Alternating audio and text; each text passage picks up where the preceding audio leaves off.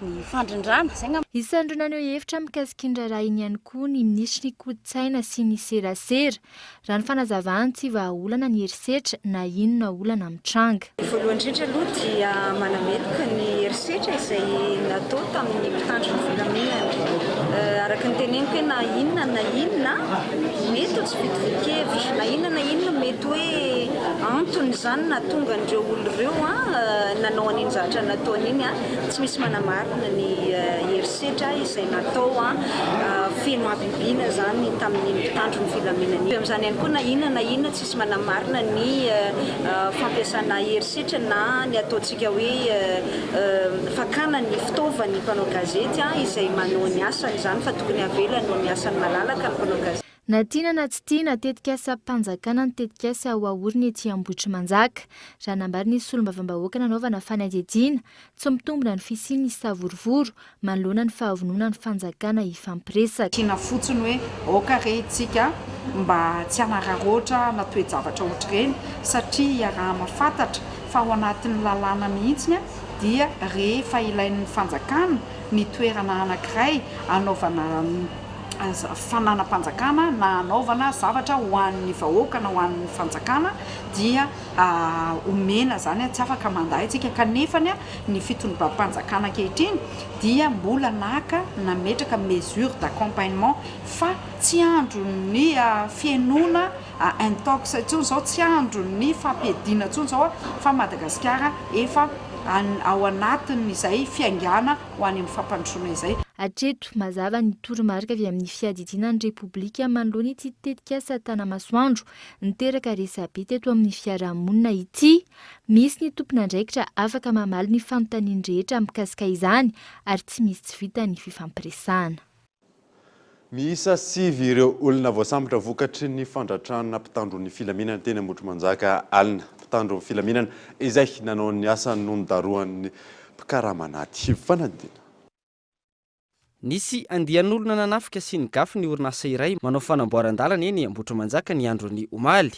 Rehefa nahita izany, niantso avy hatrany ny mpitandron'ny filaminana ny mpiasa tao amin'ity orinasa ity ka tonga teny an-toerana ny mpitandron'ny filaminana nanao ny asany. Tamin'izany no nisy andiana mpikaramanady nandrangitra, niantsy ary nitorabato ireo mpitandron'ny filaminana. Dia rehefa teo zany le gendarme dia nanana grenade lacrymogène izy satria tena hoe terobery zareo teo amin'ilay toerana. Dia nampiasa grenade lacrymogène zareo. Tsisy nanapoa ifandona ohatr'izany mihitsy teny. Dia grenade lacrymogène vitsy kely zany no entina. Dia lany ny grenade lacrymogène. Rehefa lany ny grenade lacrymogène dia tonga indray zany le olona hoe reo fa lany ny zavatra dia voambeka hoe amono an'ilay gendarme mihitsy. Dia nataon'ilay gendarme zany hoe hiala eo amin'ilay toerana. Dia nanao tir en l'air zany zareo elana teo amin'ilay toerana. Niala teo amin'ilay toerana zareo satria efa nisy naratra tamin'izareo le gendarme nisy anankiroa efa naratra amin'ny vato zany. Dia niala teo amin'ilay toerana zareo. Rehefa niala tamin'ilay toerana zany tafavoaka jerevana misy anankiroa tsy hitany nalehan'ny gendarme anankiroa. Rehefa nijerevana dia miverina indray zany rehefa tonga ny renfort dia miverina ny tady tany dia hita le gendarme maratra be zany ny gendarme anankiroa. Maratra be mihitsy ny anankiray moa zany zao dia niady amin'ny fahafatesana amintsika amin'ny teny zao. Teny hoe ino ty gendarme mampiasa herisetra ty? Tsy ny gendarme nampiasa herisetra fa ny gendarme nampiarana herisetra. Ankoatra ny fandratrana mpitandron'ny filaminana, nisy ihany koa ny fanakanan-dalana nataon'ireo mpikaramanady.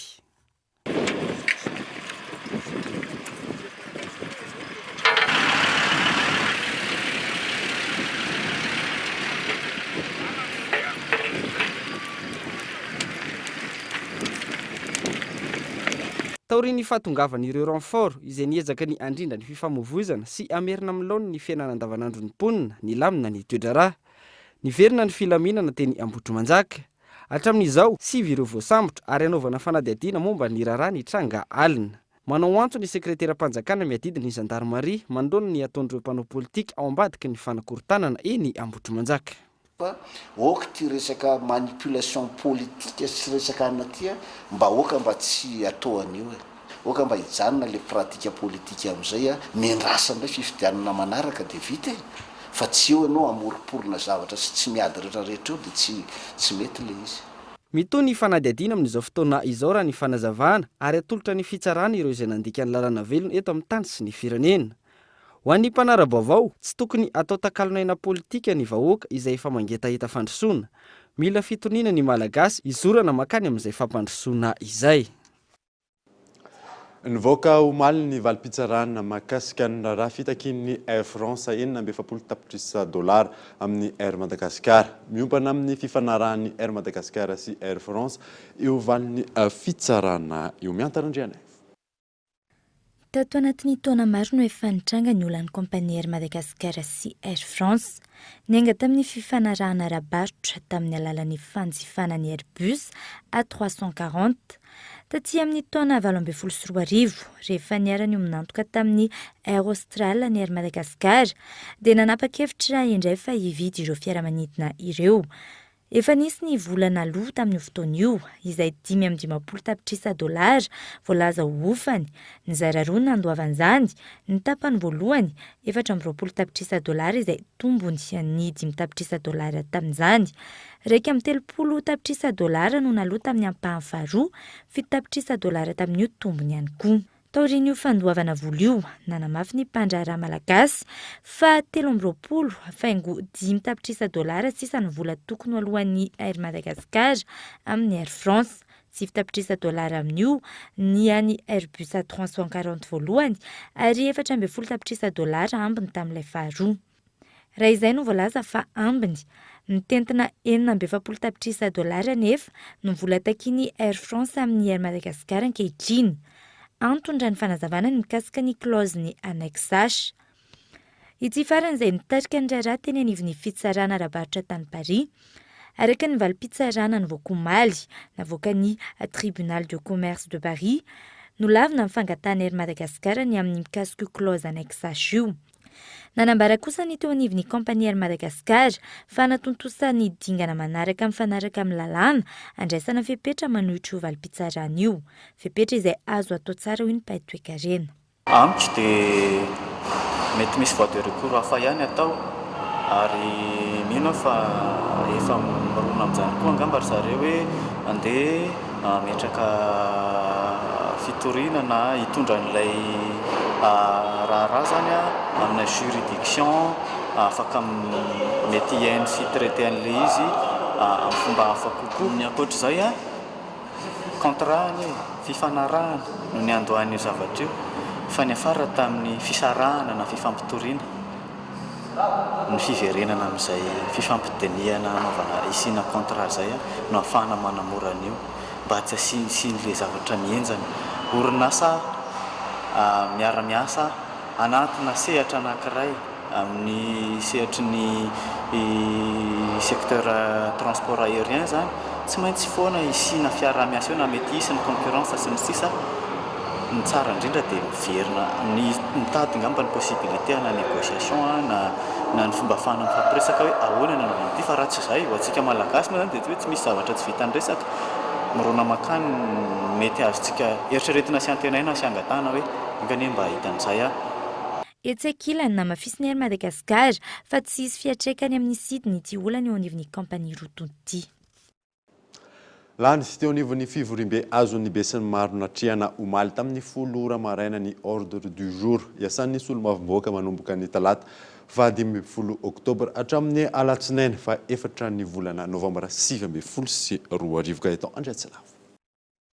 Ramatora Zanamaso Kristine foloany antenimera-pirenena no nitarika ny fivoriana. Misongadina ao anatin'ity volavolam-pandaharam-potoana ity ny fifidianana izay voalohany vao meran'ny tombanezaky ny politika-panjakana. Izy koa ny seminera mahakasika io tombanezaky ny politika-panjakana io eny amin'ny lapan'ny Tsimbazaza izay atao ny 20 sy ny 17 volana oktobra 2024 avy izao, izay iarahana amin'ny réseau francophone de l'évaluation.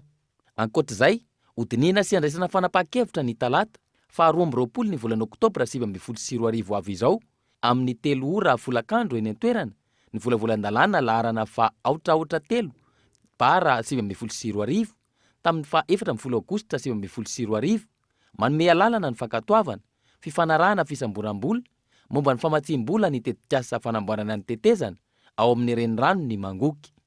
Natao ny 12 Jona 2024 iarahan'ny Republikan'i Madagasikara sy ny Banky Arabo momba ny fampandrosoana ara-toe-karena aty Afrika. Taorian'ny fandaniana ny volavolam-pandaharam-potoana no tanterana omaly ihany koa tamin'ny 2 ora tolakandro ny fifidianana izay filohan'ny vaomerany tombanezaky ny politika mpanjakana. Lany filohan'ity vaomera ity ny solombavam-bahoaka Joasy Eleonor avy any Vangaindrano.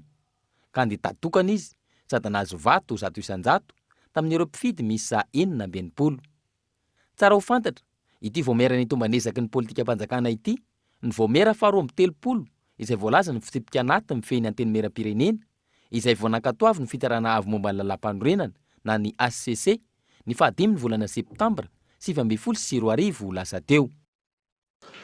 Tontolon'ny fampianarana maimaim-poana ny fanabeazana any amin'ny ambaratonga fototra ho an'ny sekolim-panjakana manerana ny nosy hoy ny ministry ny fanabeazam-pirenena fampianarana teknika ary fampiofanana arakasa tamin'ity androany ity andraisana fepetra izay tsy manaraka izany raha ny fanazavany Gaëtan Andriatsilavatra. Nitondra fanazavana manoloana ny fanomanana ny fidiran'ny mpianatra ho an'ny taom-pianarana 2020 ny ministra tompon'andraikitra androany. Nandritra izany nanamafisana ny mamaimai-poana ny fampidirana mpianatra ny tsekoly eny amin'ny ambaratonga fototra ho an'ny sekolim-panjakana rehetra. Fanapahan-kevitra mifandraika amin'ny velirano nataon'ny filohan'ny repoblika ho an'ny vahoaka malagasy, manamafy ny voalaza ao amin'ny 2020 amin'ny lalam-panorenana. Araky ny velirano nataon'ny Andriamatoa filohan'ny repoblikan'i Madagasikara sy ny politika ankapobeny fanjakana dia tsy andovam-bola ny fanabeazana fototra ary tokony ampidirina an-tsekoly daholo ny ankizy rehetra. Ka eto izay dia manamafy fa maimaim-poana ny fanabeazana any amin'ny ambaratonga fototra ho an'ny sekolim-panjakana, izany hoe tsy andahoavam-bola ny saram-pisoratana anarana. Tsy misy droit d'inscription aloha ho an'ny ankizy any amin'ny EPP amin'izao fidiran'ny mpianatra izao.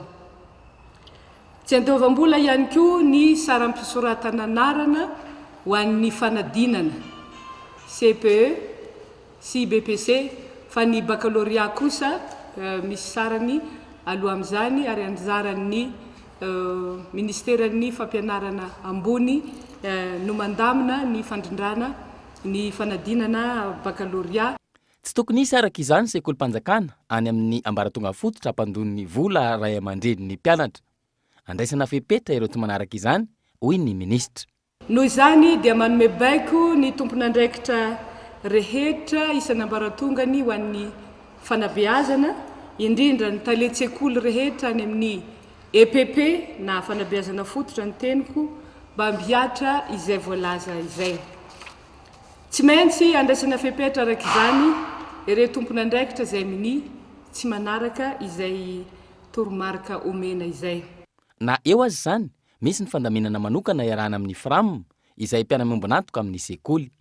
Fandaminana izay tsy idiran'ny tale-tsekoly ary tsy tokony sakana amin'ny fandoavana ny latsakemboky ny FRAM. Ankilan'izay, nanamafy ny ministra fa miroso amin'ny fanatsarana ny fitantanana ny asam-panjakana ny eo anivon'ny ministera amin'izao fotoana.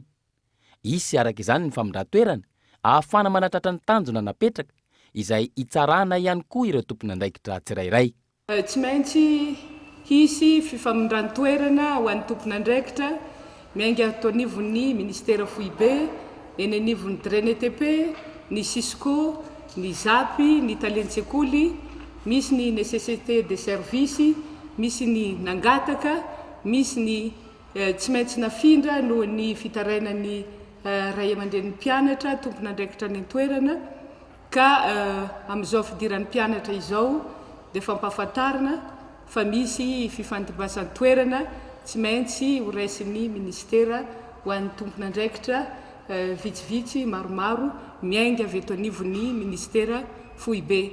Tanjon'ny ministera tsy hivona ny anatsara ny kalitaon'ny fampianarana eto Madagasikara, ny ampienany tahany fandozana ny sekoly ary indrindra ny ahazoan'ny zaza malagasy tsy ankanavaka fanabeazana sy fampianarana araka ny kalitao tsara indrindra. Sarotra ny antratrarana ireo raha tsy misy fiaraha-miasa sy fanomezan-tanana avy amin'ireo mpampianatra, mpanabe, ireo ray aman-dren'ny mpianatra ary indrindra ny isam-batan'olona. Nanomboka androany ary aharitra 2 andro eny amin'ny AFT Andavamamba ny andian'ny fahatelo amin'ny Carrefour de la formation des métiers et de l'emploi. Etsika izay anomezana tosika ny tanora amin'ny fitadiavana asa na ihany koa amin'ny safidianana lalam-piofanana isan'ireo mandray anjara amin'izay etsika izay ny KNAM Madagasikara. Michel Aranarjo. Isan'ny olana goavana mbola mipetraka eto Madagasikara ny tsy fananana asa ny tanora fa indrindra ny fananana asa tsy mifanaraka amin'ny fianarana no ratovina na ny chômage déguisé. Antony maro mahatonga izany raha ny fanazavana, voalohany tsy fisiany ny tsenan'ny asa fa indrindra ny fahadisoana tamin'ny fisafidianana lalam-piofanana. Antom-pisiany Carrefour de la formation des métiers de l'emploi, etsika iray totsain'ny Alliance française eto Andavamamba. Ity etsika ity moa zany tamin'ny voalohany dia natao ho valin'ny fangatahan'ireo mpianatra sy ireo mpitady asa fa indrindrandrindra ireo mpitady mpiasa. Izay nanatona anay tato amin'ny Alliance française tamin'ny édition voalohany moa zany dia ireo mpiasa ao anatin'ny resaka relation client na resaka le métier autour ny resaka web no nanatona anay hoe maninona raha asiana hetsika hiantsona an'ireo olona mitady asa sy mpianatra reo afahatra reo mifantona. Dia nanomboka tamin'izay zany natao ny première édition anty Carrefour de la formation des métiers de l'emploi ty.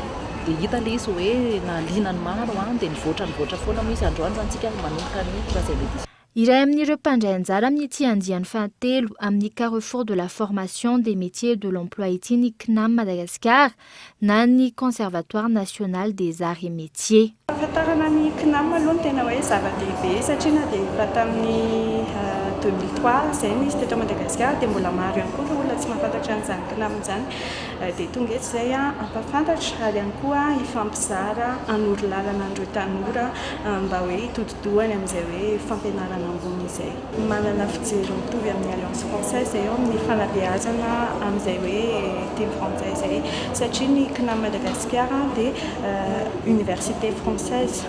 Diplôme d'état français avokoa no avoakanay tamin'ny taona 1794 no niforona ny CNAM izay tao à Paris. Ankehitriny moa efa misy eto Madagasikara ny CNAM fa diplôme d'état français hatrany no atolotray ho an'ireo mpianatra izay mananjo fianarana ato aminay. Anisan'ny hoe andraisanay anjara amin'ity Carrefour ty ny fitoviana fijery eo amin'izay hoe hanabe ny tanora sy ara-dalana ny hanoro lalana azy ireo amin'ny hoe tanjona tiana ho tratrarina. Nanomboka androany 20 oktobra ary farina rahampito sy 20 oktobra ny andiany fahatelo amin'ny Carrefour de la formation des métiers et de l'emploi. Mandina ny 50 ireo mpandray anjara eo amin'ny sehatry ny fampianarana, eo ihany koa ireo toeram-piasana maro. Tonga tamin'ny fotoanany dokavarotra isika orinan'izay ny atatsika mahakasika ny salon de la créativité vohatra. Eo ihany koa ny tsena VMMM izay teny amin'ny commune Andraninaohatra. Rehefa avy eo ary.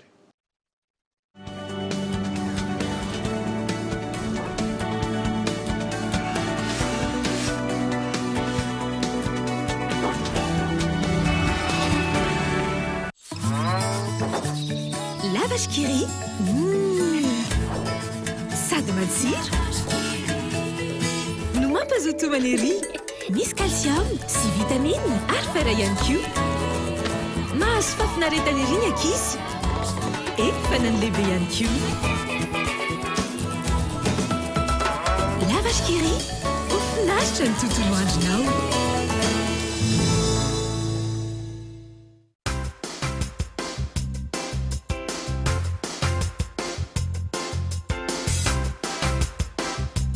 Pour la rentrée, faites le plaisir avec M-Vous l'Avance. M-Vous l'Avance jusqu'à 500 000 arrières immédiatement, ouvert à tous et sans dossier. Tapez vite le dièse 11 étoile 1 dièse. M-Vous, simple, immédiat, sécurisé.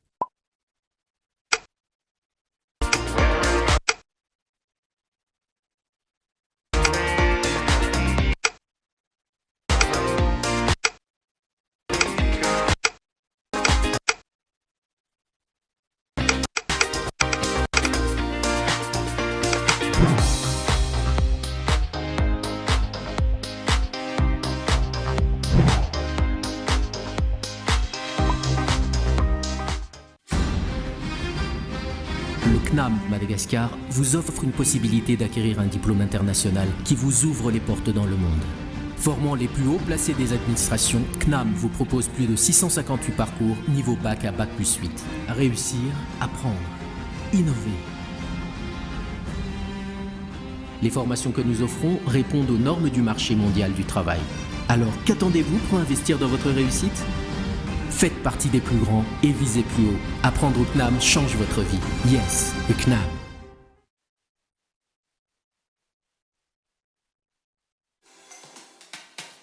Vous avez une excellente maîtrise du français, ce sera votre principal atout. Vous avez travaillé en tant que journaliste dans un organe de presse, vous êtes disponible et réactif, vous avez des compétences rédactionnelles avérées, vous êtes capable de traduire des informations du malgache vers le français, de préparer et de présenter un journal télévisé en français. Déposez votre CV accompagné d'une lettre de motivation à l'accueil de Coup TV FM, Coup Dig, ex-Somagel Anjanwab ou envoyez-les à recrutement@cool.mg.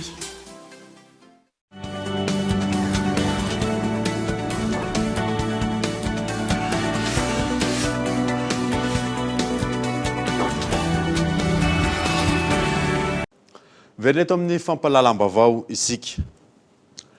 Telo andro taorian'ny fitsidihan'ny kandidanaina Andriana teny boriboritany voalohany mitohatra ny asa fanadiovana ny tanàna. Fanampanazavana. Rehefa nandalo nitsidika rehetra amin'ity fokontany ity zay niaraka tamin'ny Monsieur le Maire tondra ny laharana faha-efatra Andriamatoa nandeha hitsidikaina zany dia nahita fa tena feno fako be tena niavoavo be fakan'io ny fako hitanareo zao fa efa manomboka natao anatin'ny 3 andro ary hita izy fa efa nanomboka ny madio. Niverina izy hoe tokony ho atao satria voalohany indrindra aloha dia tsindrovina ny resaka hoe fahasalaman'ny lebolina. Efa ela tsy mba dia nisy nandray andraikitra zany fa dia ohatran'ny raviravin-tanana tsy fantatro tsony na iza moa zany no tokony andraikitra tena tokony andraikitra fa na dia mbola tsy teo amin'ny atao hoe mbola ao anatin'ilay tena hoe fitondrana ary Andriamatoa kandida ho ben'ny tanàna dia fa nandray ny andraikiny izy eo amin'ny fanatanterahana amin'ny fanadiovana n'ity tanàna ity. Betsaka ny foto-drafi sasa efa hiverina ihany koa fa simba anisan'izany ireo tetezakazo ny pompy be lehibe koa ny maty tsy mandeha tetikasa ho eritreretiny Andriamatoa ben'ny tanàna ho atao daholo zany amin'izao tsika na dia mbola eno na dia mbola tsy ao anatin'ny atao hoe mitantana ny Antananarivo ary izy dia efa mandray andraikitra araka le fitenenana ihany koa hoe asa fa tsy kabary. Ireo moa zany atao hoe asa tana maro misy atao hoe solon-tsakafo omenan'izy ireo. Le olona koa moa zany tena mampalahelo ao anatin'ny tena fahasairana tanteraka le olona tsara ny zareo ary mba misy solon-tsakafo omenana azy ny tanàna madio dia izay ny antony anaovan'ny zareo an'izy io. Tontolon'ny serasera natolotra ministeran'ny kolotsaina sy ny serasera fitaovana ny ORTM tamin'ity androany ity ny anomanjery mpanjakana izay niaina tamin'ny tsy fampina hatramin'ny zay. Angelo Tolzanary.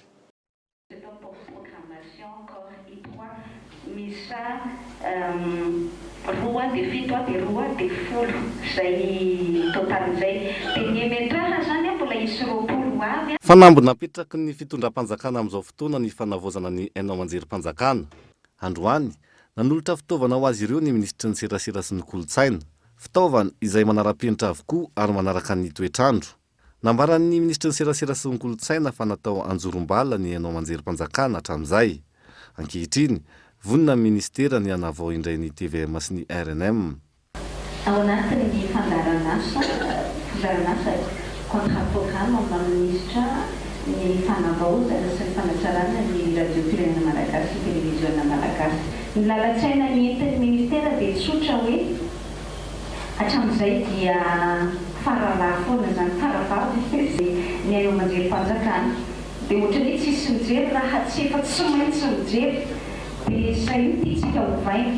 Tsy hijanona amin'ny fampitaovana fotsiny ihany ny fanavozana. Isy ihany koa ny fanamboarana ny fitoerana ORTM ary omena fiofanana ireo mpiasa. Ao anatin'ny fanamboarana petraka tsy hoe ny fanatsarana ny fitaovana ihany zany na fanaovana fitaovana vaovao fa mahafaly azy zany milaza hoe hanomboka afaka andro vitsivitsy ny fanamboarantsika ny toerana izay misy ny televiziona malagasy ORTM ity. Ny ankoatran'izay ihany koa mbola misy ezaka goavana be na resaka hoe intégration ny mpiasa zany ireo mpiasa efa ECD ataonany maro zany dia tokony mba régularisena ho mpiasa-mpanjakana raikitra zany efa moa zany no midingana voalohany ao anatin'izay mbola itoy amin'ny taona manaraka izay. Araka izany tsy ho latsa-danja amin'ireo hainao manjery tsy miankina intsony ny hainao manjery-mpanjakana ary ho entitra ny tale jeneralin'ny ORTM amin'ny fikojakojana sy ny fanaraha-mason'ny fitaovana. ia ny fanofana voalohany angamba fatongavan'le fitaovana mihitsy a efa fiofana lehibe efa misy fepetra aloha raisina fa ireo fitaovana reo dia isy olona hikarakara azy volam-panjakana reo a koa dia tsy maintsy rahana akaiky izy ny fitreno ny gestion ny fikarakarana sy ny fikirakirana ny taona 2024 sy 2025 isitraka ny fampitaovana sy fanatsarana ihany koa ireo hainao manjery mpanjakana any amin'ny faritra. Lafa mavao hafa kosa indray ho tanterana ny faha 4 hatramin'ny faha 4 oktobra izao ny salon de la créativité vohatra izay tanterana etsy amin'ny zaridaina Anosy tanjona amin'izany ny ampiroboroboana ny vokatra vita malagasy ionona saina. Miditra amin'ny andian'ny fahenina amin'izao fotoana izao ny salon de créativité vohatra izay iarahana amin'ny antenemeran'ny varotra sy ny indostria miaraka amin'ireo mpiara-mombona antoka aminy. Ity etsika ity izay ho tanterana ny faha 4 20 ary ny faha 4 ny volana oktobra izao etsy amin'ny zaridaina Anosy natao indrindra ampiroboroboana ny vokatra vita malagasy. Fahitsika ny fitoltia ary amin'ny mahazay voatra izay dia voatra isan-taona zavatra asongadina ao anatiny ao ary amin'ny fitoltia dia resaka transformation no zavatra asongadina satria eto anivona Analamanga indrindra ho an'ny Madagasikara dia voizina mandrakariva ara-piresihana ny fanodinana ny vokatra na fanodinana ny matière première zany mba misy valeur ajoutée bebe kokoa ho an'ny entreprise malagasy. Entana vita malagasy avokoa no hita ao anatin'ny zaridaina Anosy mandritra ireo 3 andro ireo. Izahay efa tsy amin'ny antenemeran'ny varotra sy indostria moa zany dia tsy mitsahatra ny manentana antsika malagasy rehetra hanjifa ny vita malagasy satria no hitantsika amin'io fotoana io dia trano eva manodidina ny 50 eo ohatrany 50 zany amin'ny lafiny rehetrarehetra dia manentana antsika rehetra hanjifa ny vita malagasy satria io fotoana io dia anangonanay anireo mpandrarà malagasy mpanao asa tanana enina dia efa any amin'ny orinasa lehibe ary satria ny loha hevitra amin'ity andiany faha 9 ity dia miopana bebe kokoa mandeha makany amin'ny fanodinana na ny transformation. Tsy misy ny vidim-pidirana mandritra ireo 3 andro ireo izay anomboka ny faha 4 hatramin'ny faha 4 ny volana oktobra izao. Ity etsika salon de la créativité voatra ity izay tanterana ao amin'ny zaridaina Anosy. Mitohy hatrany ny ezaka ataon'ny fikambanana vehivavy malagasy miara-miainga amin'ny famarotana ireo fitaovam-pianarana amin'ny vidiny mirary ho amin'ny ity androany ity nahazo tombony manokana tamin'ny zany ny mponina tao amin'ny commune Andranonaohatra. Fabrice Razanarabe. Efa tafiditra ao anatin'ny fidiran'ny mpianatra ho an'ireo sekoly tsy miankina amin'izao fotoana izao. Mbola maro ireo ray aman-dreny manomana ho an'ireo mpianatra amin'ny fanjakana. Mbola mitohy hatrany araka izany ny ezaka ataon'ny fikambanana vehivavy malagasy miara-miainga amin'ny famarotana ireo fitaovan'ny mpianatra amin'ny saran'ny mirary. Ho an'ny androany nahazo tombony manokana amin'izany ny mponina teto amin'ny commune Andranonaohatra. Zao etsika izao no natao dia ny fahafantarana fa amin'ny fampidirana mpianatra dia tena sahirana tokoa indrindra ireny mpianakaviana amin'ny fitadiavana fitaovana mora sy mendrika ny ankizy. Dia izay no nanaovanay an'izao etsika izao mivarotra an'ireto kahie sy stylo sy crayon izay ilain'ny ankizy rehetrarehetra. Izany hoe tena misy différence, misy mahasamihafa be anazy amin'ny any an-tsena andavanandro zany ny vidiny entanay. Misy izao ny vao nandalo teo dia nitenenina hoe mbola manao zay raha pisy dia mangataka efa zareo hoe raha mbola afaka manao atao matetika dia ho atao arak'izay vita moa zany satria misy ny sasany hoe mbola tsy ampy ny volanentiny dia iverina izy rehefa avy eo. Nanoloana izany naneho ny fankasitrahana ho an'ny fikambanana vehivavy malagasy miara-miainga ny candidat be ny tanàna Andranonaohatra amin'ny fitsinjovana ny ray aman-dreny amin'izao fidiran'ny mpianatra izao. Eto ny tenako izay candidat eto amin'ny commune Andranonaohatra amin'ny alalan'ny atoko malagasy miara-miainga dia mametraka fisaorana andreto vehivavy malagasy miara-miainga reto izay manampy ny vahoakany eto amin'ny commune Andranonaohatra. Varotra mame tombam-bidy amin'ny vidiny ambany dia ambany tokoa. Mbola vao manomboka ihany koa ny ankizy izao dia tsapany ray aman-dreny izay maro dia maro nefa tonga teto ny vidy dia izay teny lazaina moa dia matoa ny olona tonga eto dia hita hoe anamaivana ny fahasahiranana izay entin'ny olona moa izany vidin'ny fitaovana izany tompoko. mbola itoy ny hetsika ho an'ny komuna andranona oatra ho an'ny rampitso ary isy ihany koa ny any amin'ny komuna feferana. Mitaky ny anajana ny zon'ny mpiasany avy eo anivon'ny syndicat Fisemare. Araka izany nanao antsoava amin'ireo mpitarika syndicat izy ireo. Fanadina. Mbola tsy voahaja ny zon'ireo mpiasa raha ny eto Madagasikara. Isan'izany ny raharaha izay niseho omaly tamin'ny fampidiran'ny orinasa iray amponja ireo mpiasa miisa 5 izay niasa tao amin'ny orinasa io noho ny antony tsy mazava. Nisy araka izany ny fitarainana nataon'ny syndicat Fisemare ny amin'ny fanosihosenany zon'izy ireo.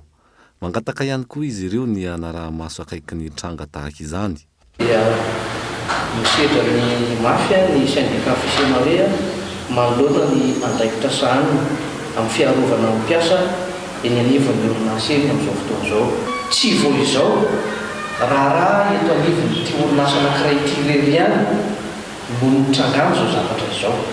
Fa misy ihany koa orinasa anankiray efa volana vitsy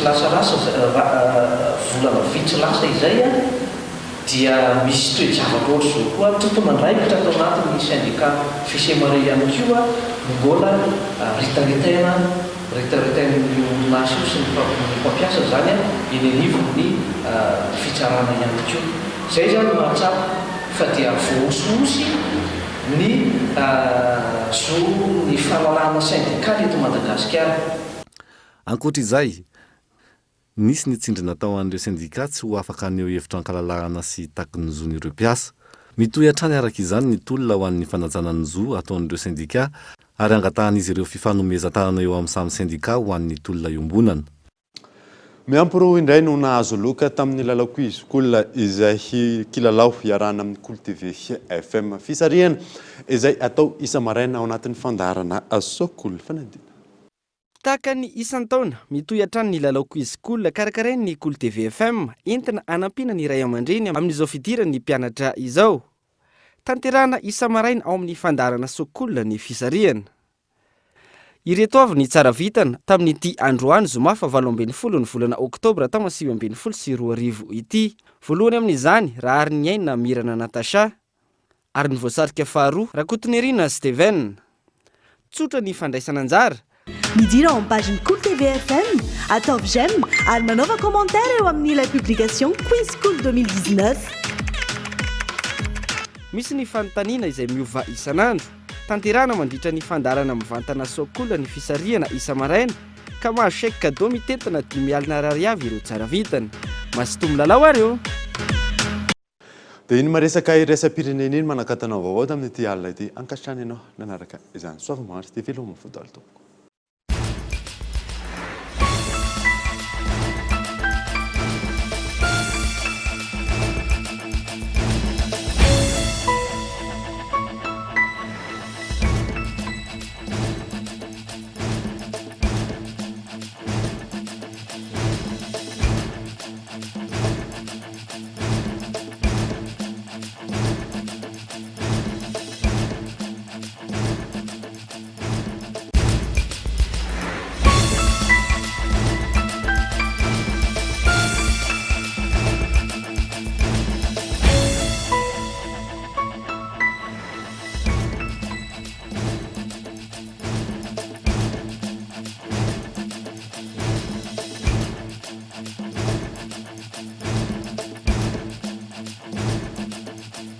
La 4G Batelma vous a présenté Nivavo.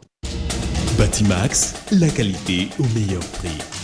Vous a présenté Nivavo. Lavage Kiri. Narainao teo ny fampalalamba vao miaraka tamin'ny Lavage Kiri.